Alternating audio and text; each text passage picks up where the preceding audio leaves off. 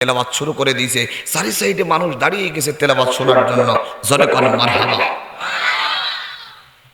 ওর মধ্যে থেকে একটা লোক আবু জেহেলকে তাড়াতাড়ি ফোন দিল, ও আবু জেহেল অবস্থা খারাপ, তাড়াতাড়ি আইসো। আবু জেহেলের মোবাইল নাম্বার জানা আছে। আপনি চিন্তা করতেছেন হুজুর কি ভুল ভাল ওয়াজ করতেছে। তখন আবু জেহেলের মোবাইল কোথায় ছিল? আবু জেহেলের কি মোবাইল নাম্বার জানা আছে?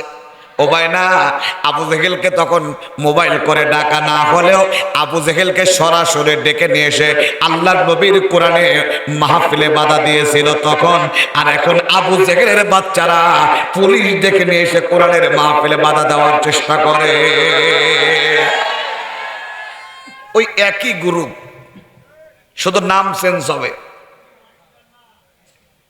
একই গ্রুপ, কি চেঞ্জ হবে? শুধু নাম চেঞ্জ হবে।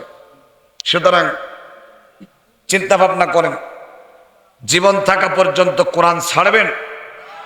জোরে বলেন ছাড়বেন? আমরা সেই পক্ষে থাকতে রাজি যারা কোরআনকে মানতে চায়, কোরআনকে শিক্ষা দিতে চায়। আপনারা চান না ভাই? আল্লাহ তৌফিক দান করুন। আবু জেহেল আসলো, আব্দুল্লাহ ইবনে মাসউদকে বলল তেলাওয়াত করার অনুমতি তোরে কে দিয়েছে? আব্দুল্লাহ ইবনে মাসউদ বলল তেলাওয়াত করার জন্য কোনো অনুমতি লাগে না। আগামীকাল বলবেন সুবহানাল্লাহ। আরে মুসলমান, 2 ঘন্টা ওয়াজ হয়ে গেলে এখনো সুবহানাল্লাহর ওয়াজ শিখাইতে পারলাম না। আব্দুল্লাহ ইবনে মাসউদ বলল তেলাওয়াত করার জন্য আবার অনুমতি লাগবে কেন? মারহাবা গন। ছোট হলে হবে কি বাপের সমান ভাত খায়?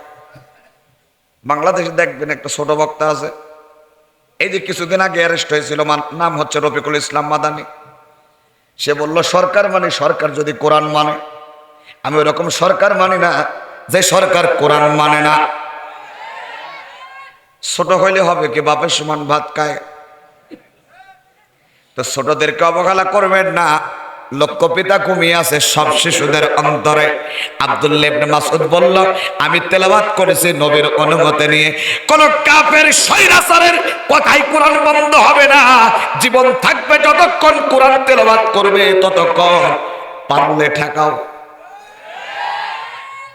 ইমানের চেতনায় আব্দুল্লাহ ইবনে মাসউদ এই কথা বলে দিল। আবু জেহেল বলল তোর এত বড় সাহস কে দিল বুঝলাম না। এই সাহস শক্তি তুই কোত্থেকে পেলে?